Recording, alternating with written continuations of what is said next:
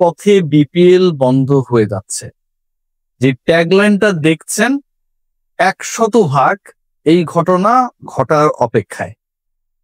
Bangladesh premier league cricket খেলা হয়, দল অংশগ্রহণ করে, ক্রিকেটাররা খেলেন, বড় বড় উচ্চ মাঝারি ছোট আকারের নানা বুলি বাংলাদেশ ক্রিকেট বোর্ডের কর্তাদের কাছ থেকে আমরা পাই, কারণ ক্রিকেটাররা নাকি হচ্ছে আর্থিকভাবে সলভেন্ট হওয়ার চেষ্টা করেন বা হন বিপিএল থেকে। সেই ক্রিকেটাররা, রাজশাহীর ব্যাপারটা তো এক্সপোজড, আর অনেক দলের ক্রিকেটাররা এখন পর্যন্ত পারিশ্রমিক ঠিকঠাক ভাবে পান নাই।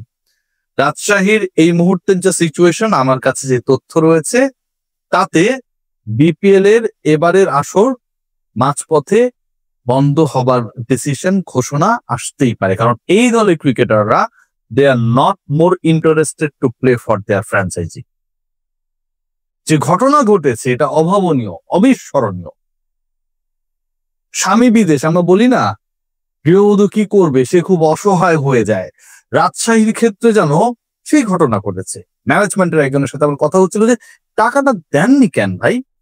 তার উত্তর, সেই দলের মূল মালিক যিনি, তিনি বিদেশে আছেন, বল লেগেছিল তার খুব কাছের কাউকে, এবং সেই ট্রিটমেন্ট করাতে গিয়ে বিদেশে যাওয়ার কারণে চেক বাউন্স করছে।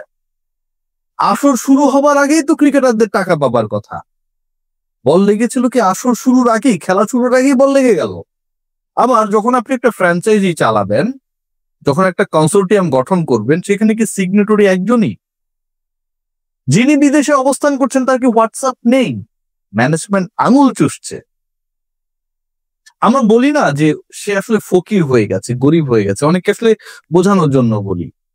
বিশ্বাস করুন, আমরা আসলে যাদেরকে ট্রেডিশনালি ফকির বলি, যারা ভিক্ষা করে, যারা বসুন্ধরা সিটির সামনে, মিরপুর স্টেডিয়ামের সামনে ভিক্ষা করে, কিংবা ওই ফ্র্যাঞ্চাইজি ওনারের গাড়ির সামনে ভিক্ষা করে, তারা ওই ভিক্ষার টাকা দিয়ে তার যে প্রিয় জিনিসটা কেনে। ভিক্ষা থেকে অর্জিত অর্থটা ব্যয় করে ফ্রি ফ্রি কারো কাছ থেকে দৈনন্দিন জীবন বাঁচানোর জন্য যা যা প্রয়োজন তা কেনে না। রাজশাহীর অবস্থা, রাজশাহীর মালিকের অবস্থা ওই ভিক্ষুকদের থেকেও খারাপ। ন্যাশনাল হিরোদের আপনারা খেলাচ্ছেন আপনাদের দলে। আপনাদের 6টা ম্যাচ শেষ হয়ে গেছে, এখন পর্যন্ত পারিশ্রমিকের টাকা তো অনেক পরের হিসাব। টিএডি এর টাকা, পার ডে যে অ্যালাউন্সটা দেওয়া হয়, সেই টাকাটাও পায়নি ক্রিকেটাররা। তাসকিন আহমেদ সেই দলে, আমার ভাই তাসকিন। ইন্টারেস্টিং পার্ট কি আপনারা জানেন? উইজডেনের লাস্ট ইয়ারের যে সেরা একাদশটা তৈরি করা হয়েছে, যেটা আসলে বিশ্বব্যাপী নন্দিত হচ্ছে, তারকা ক্রিকেটার কারা সেখানটায় জায়গা পেয়েছেন সেই হিসাব নিকাশ চলছে। আমরা গর্বে বুক ফোলাচ্ছি। তাসকিন সেই উইজডেনের সেরা টিমের সদস্য। তাসকিন আহমেদ ন্যাশনাল টিমের এমন একজন সদস্য এবং বিপিএল এর এমন একজন মেম্বার বা ক্রিকেটার যেখানটা বেস্ট বোলিং ফিগারটা তার। ওয়ার্ল্ড সার্কিটের স্বীকৃত টি20-তে 3rd বেস্ট বোলিং ফিগার তার। অ্যান্ড দিস বিপিএল এ এখন পর্যন্ত হাইয়েস্ট উইকেট টেকার। ভাবতে পারেন এই তাসকিন আহমেদের মতো অন্য যারা রয়েছেন একটা কানা করে পায় নাই। বাংলাদেশ ক্রিকেট বোর্ড এই 2 নাম্বারদের কি এরকম রিলাক্টেন্ট ফ্র্যাঞ্চাইজি গুলোকে আসলে এখানটায় প্রমোট করার ক্ষেত্রে একটা বড় রোল প্লে করেছে। ক্রিকেটাররা টাকা পাচ্ছেন না, তারা স্ট্রাইকে গেলেন, এবং সেই স্ট্রাইকে গিয়ে তারা অনুশীলনে নামছেন না। রাজশাহীর ফ্র্যাঞ্চাইজি নির্লজ্জের মতো মিথ্যাচার করে, হোয়াটসঅ্যাপ গ্রুপে আমাদেরকে জানিয়ে দেয় রেস্ট ডে দেওয়া হয়েছে, বিশ্রাম দেওয়া হয়েছে। ফাইজলামের একটা সীমা থাকে, ফাইজলামি এমন একটা পর্যায়ে চলে গেছে যেন ফাইজলামের লজ্জা পাচ্ছে। বাংলাদেশ ক্রিকেট বোর্ড সত্যি কথা, ফকিরের হাতে যদি দল তুলে দিত না, তারাও হয়তো চেষ্টা করত ভিক্ষা করে হলেও টাকাটা আর্ন করে, যারা তার দলের হয়ে খেলছে অন্তত তাদেরকে দেওয়ার জন্য। একটা টুর্নামেন্টের অর্ধেক শেষ হয়ে গেছে, ক্রিকেটাররা বিনা টাকায় খেলছেন। টিএডি এর টাকাটা আপনারা ভাবতে পারেন, মানে ডে অ্যালাউন্স, এই ডে অ্যালাউন্সের টাকার মধ্যে হয়তো বাইরে গিয়ে একজন ক্রিকেটার কিছু খাবে, ব্রেকফাস্ট হচ্ছে দেয়াই থাকে হোটেলের সাথে কমপ্লিমেন্টারি, লাঞ্চটা হয়তো বাইরে গিয়ে করবে। এখন পর্যন্ত নিজের পকেটের টাকা খরচ করে রাজশাহীর ক্রিকেটাররা রাজশাহীর হয়ে খেলছে। বাংলাদেশ ক্রিকেট বোর্ড, ফারুক আহমেদ, নাজমুল আবেদিন ফাহিম, আপনাদের মধ্যে দুজনের মধ্যেই অনেক ঘটনা এর মধ্যে ঘটে গেছে। সবকিছু আমি বাদ দিলাম, এই ব্যাপারগুলোতে আপনারা কি দৃষ্টি নিবন্ধ করেছেন? একজন বিপিএল এর টপ লেভেলের সর্বোচ্চ দায়িত্বে গভর্নিং কাউন্সিলের চেয়ারম্যান আর একজন সদস্য সচিব, আপনাদের মতো দুজন ক্যারেক্টার থাকতে এই ঘটনা ঘটবে কেন? রেডিসন নিয়ে আলোচনা হচ্ছে, যে হোটেলে রাখা হয়েছে, আমার সহকর্মীদের জন্য এটা একটা দারুণ রিপোর্টের পার্ট হতে পারে যে সেখানকার ভাড়াটা তারা এখন পর্যন্ত দিয়েছে কিনা। রেডিসন হোটেল চট্টগ্রামের সবচেয়ে অভিজাত হোটেলে রাখা হয়েছে ফকিরের বেশে আমার জাতীয় তারকাদেরকে, তাসকিন বিজয়দেরকে। আমি সত্যি লজ্জিত, আমি বিব্রত। এতদিন ক্রিকেট কভার করি, 6 ম্যাচ হয়ে গেছে, ক্রিকেটাররা স্ট্রাইক করছে এবং বিপিএল মাঝপথে বন্ধ হবার অপেক্ষায়। রাজশাহী যে 6টা ম্যাচ রয়েছে, তারা যদি স্ট্রাইক করে ফাইনালি না খেলার ডিসিশন নেন ক্রিকেটাররা, তাহলে এই 6টা ম্যাচের প্রতিপক্ষ তো 6টা দল, হয়তো সেই দলগুলো কি ওয়াক ওভার পেয়ে চলে যাবে, অটোমেটিক পয়েন্টস দিয়ে দেওয়া হবে। কোন ফ্র্যাঞ্চাইজি লিগের ইতিহাসে এই ঘটনা কি কখনো ঘটেছে? ঘটে নাই। ইন্টারেস্টিং পার্ট কি আপনারা জানেন? কোচিং স্টাফের সদস্যদের নাকি টাকা দেওয়া হয়েছে এবং বিদেশিদের নাকি দেওয়া হয়েছে। কোন মানের বিদেশি রাজশাহী নিয়ে এসেছে?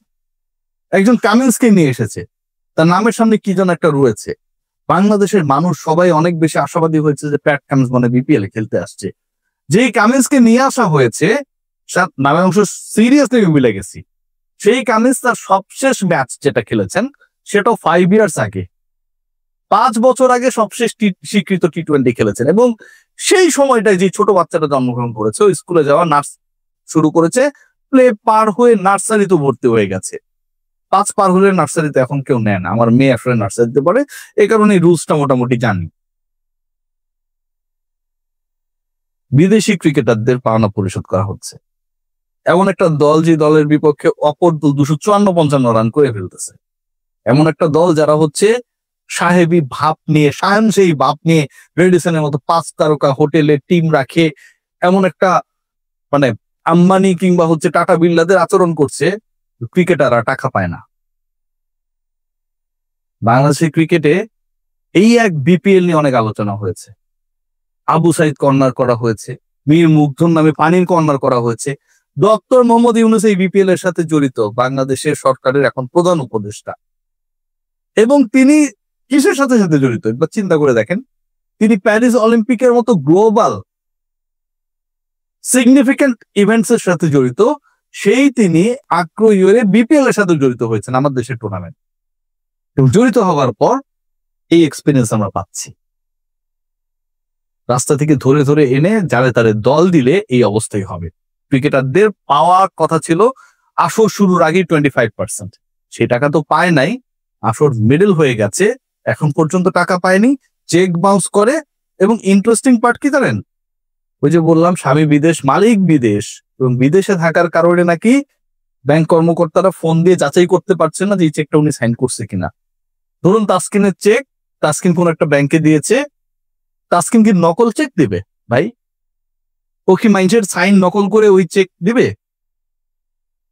অদ্ভুত চুক্তি না? অদ্ভুত বিপিএল। আর বিপিএল এভাবেই চলছে, এভাবেই চলবে।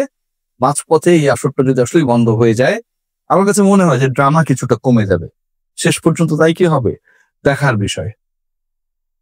যাদেরকে আমি ফকির বলেছি, যে মানুষগুলো আসলে দরিদ্র, যারা পথে প্রান্তরে ভিক্ষা করে, তাদের প্রতি আমার বা আমাদের সেই রেসপেক্টটা আছে। চেষ্টা করে ভিক্ষা করে হলেও আসলে যে চালটা ডালটা কেনে না, দোকানদারকে যেন সেই পাওনাটা দিতে পারে। আমার ক্রিকেটারদের শ্রমের ফসল, ঘাম শুকিয়ে জলীয় বাষ্প হয়ে আকাশে যায়, পরের বর্ষাকালে আবারও বৃষ্টি হয়ে নামার অপেক্ষায় থাকে, কিন্তু তারা টাকা পান না। সবাই ভালো থাকবেন।